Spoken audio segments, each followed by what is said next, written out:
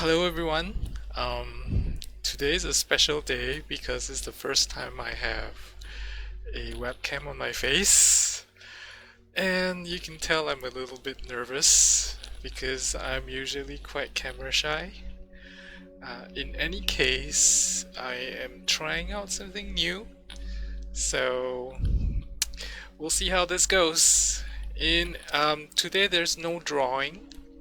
There won't be any drawing today. We are go all it will be kind of like a tip session, a tip session or a lecture to give you some tips on how to maximize all the neurographic algorithms that I've been talking about on this channel, so that you can all make better use of it and maximize the efficiency of how to use the Neurographica drawings, the art therapy methods to the maximum to achieve your own personal therapeutic effect. Okay, so my face is gonna get smaller when I switch the screen, and you will see a similar screen but with a title screen. Alright, let's go. Today I'm going to share with you 6 pro tips on how to maximize the use of the algorithms, the Neurographica algorithms that I've talked about so far, and also the art therapy conversion to Neurographica methods that I've talked about in all my YouTube videos so far, and this is to help you to be better able to achieve a therapeutic state of mind and also get into a meditative state of mind. Okay? So, and it's not to help you for your therapy purposes, but it does help you for self-soothing, like maybe say if you were to have like a therapy session with a licensed therapist like next week or so, and when you do your Neurographica or your art therapy, it will help you to give you some form of soothing until you get to see your therapist again in the next session.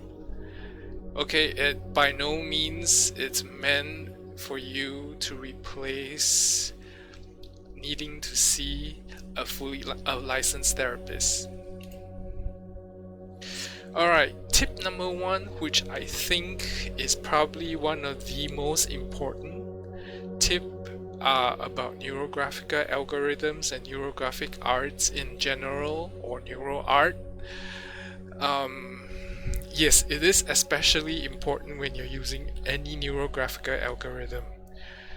We call this a neural track, which is what happens is when you start drawing Neurographica, when you start, not even just start drawing Neurographica, when you start doing your neural lines, when you start drawing neural lines on a page, okay, and if you do it really slowly and being aware of each movement of your pen or your marker, your mind will start wandering. It is not a bad thing, it's actually a good thing, because when you start focusing on drawing a neurographic line, it is very much like getting into a meditative state.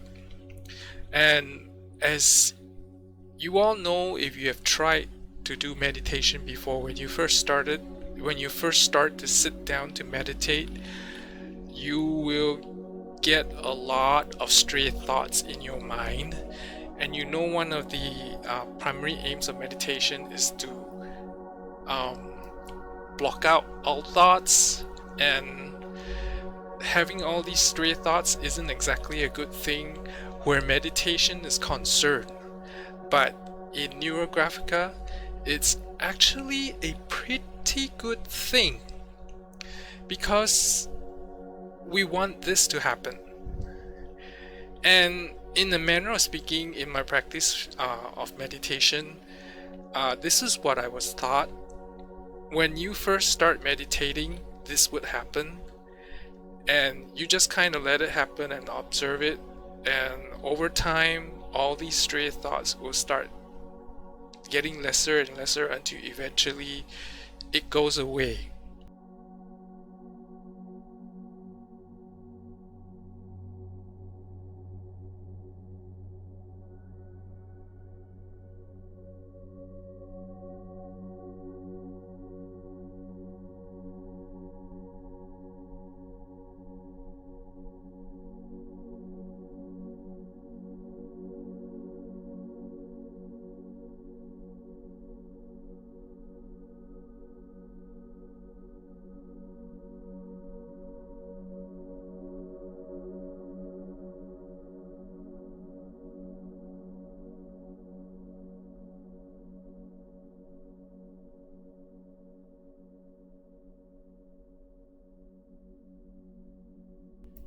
But in Neurographica, what we want to do is use all these thoughts to help you, to level you up in life, or in whatever topic or condition that you're seeking to soothe. So what you are strongly encouraged to do is to write it down, or have a recording device right next to you, maybe your smartphone or something, and record whatever you're thinking. It may have something to do with your drawing or the topic that you have in question, or it may have totally no connection at all. Just take note of it, okay? Write it down. Either write it down or voice record it down. I would, and later on, when you're done with your artwork, you can refer back to it. Alright? But whether you choose to write it down or voice recording, that's a different question altogether, which I will cover in the second tip. Because writing down is a little bit more inconvenient, but recording may be a little, like, way more convenient, because as you're drawing, you could just talk it out. But there are pluses and minuses depending on what kind of a person you are, which is what tip number 2 is all about. So in tip number 2, I am saying that you gotta find out what kind of a person you are. In NLP, they usually talk about there are 3 different kinds of a person. Whether you're visual, auditory, or kinesthetic. A visual person has a very strong visual channel. Okay, an auditory person, someone who's auditory will have a very auditory, stronger auditory channel. In Buddhism, my teachers have always mentioned that Buddha has said that mankind tend to have a stronger auditory channel because they hear things more, and less of a visual and kinesthetic. That's why they transmit their teaching through word of mouth. Okay, so but in psychology, it's something a little bit different. A visual person would be something who can process visual things better. An auditory person is somebody who can process auditory things better, and a kinesthetic would be a more touchy-feely kind of a person. So to give you an example of all these different kind of person, I would say let's go with kinesthetic first. Okay, when you are a child, you are maybe about 1 year old, you tend to be a bit more touchy-feely. Okay, that's why when you see some toddler books, They always have things for them to feel, the texture of certain things, like how a rock feels and how a piece of wool feels and all that. And the other kind of a person that's more kinesthetic is if you're an athlete. An athlete tends to be better developed kinesthetically for some reason. Maybe it's because due to, excuse me,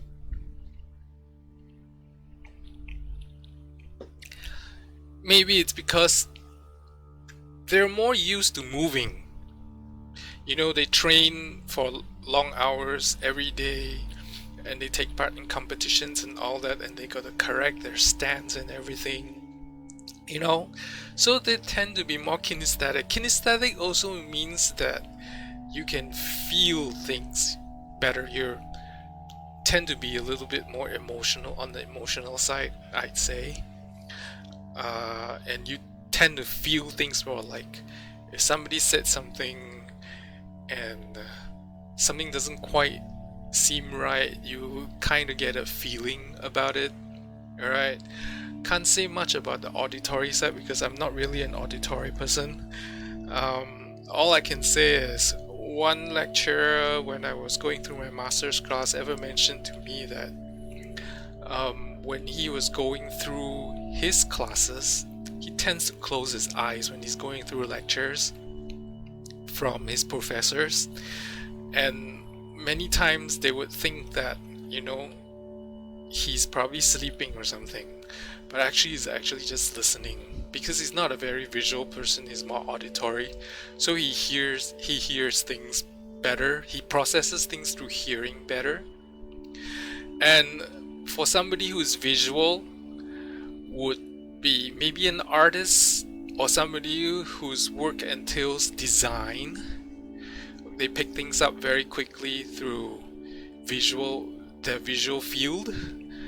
One example I can give is I have a friend whose sister is an interior designer, and she could spot a mistake like from a very long distance away.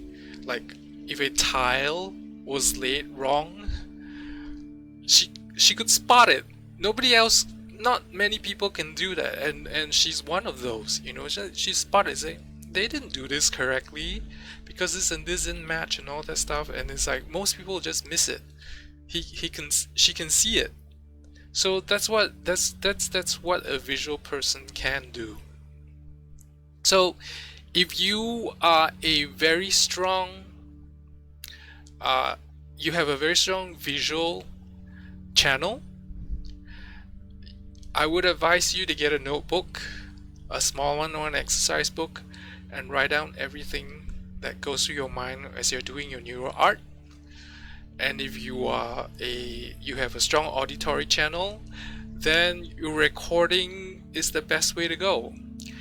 And if you're a kinesthetic person, I think you would have to find out which of your visual or auditory channel is the next stronger one, unless you really want to start constructing tactile stuff out of your thoughts, which I don't think is very practical and time efficient either. So I advise you to find your next strongest channel, whether it's visual or auditory, and use either the recording method or the writing method respectively. Okay, so and we move on to tip 3. Take your time to draw your neurographic lines. Okay, when you take your time to draw your neurographic lines, you get to pay attention to your thought patterns.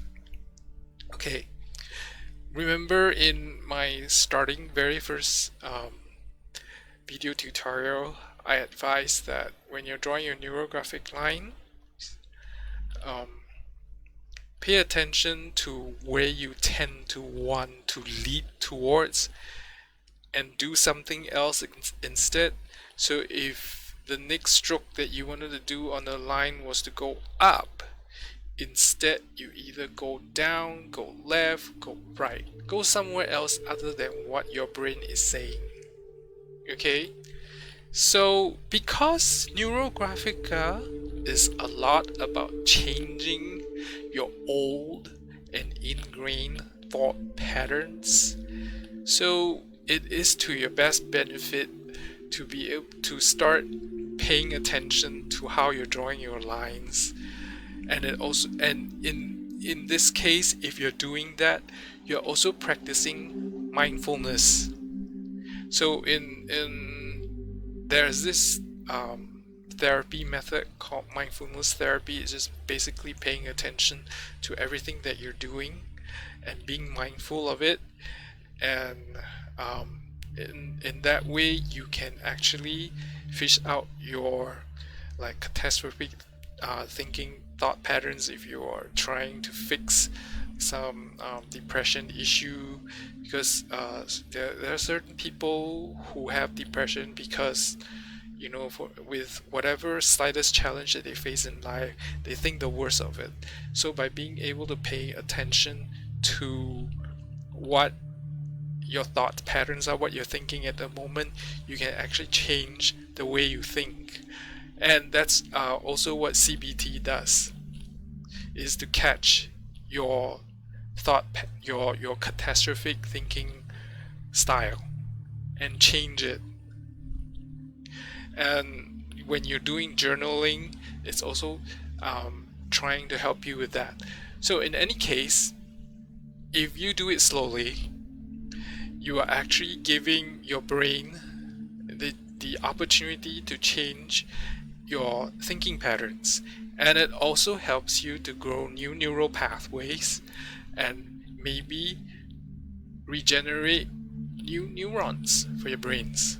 So in any case that you think about it, is to your benefit.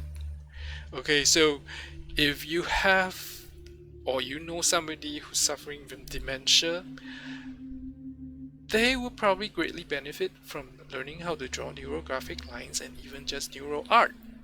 Actually, Neurographica in general is very helpful to people who have neurodegenerative problems. Okay, so because if you look at the amount of literature there are on how art can actually help improve cognitive performance or improve cognitive well-being, you will understand why I would say that.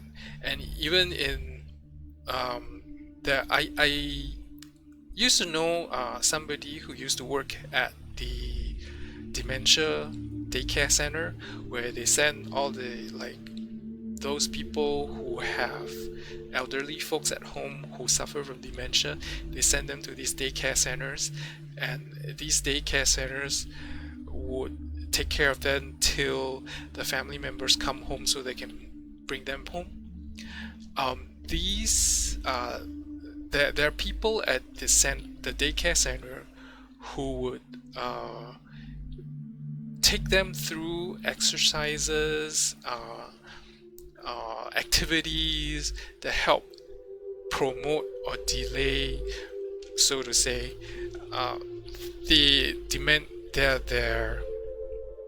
the condition. And one of those activities is actually doing art.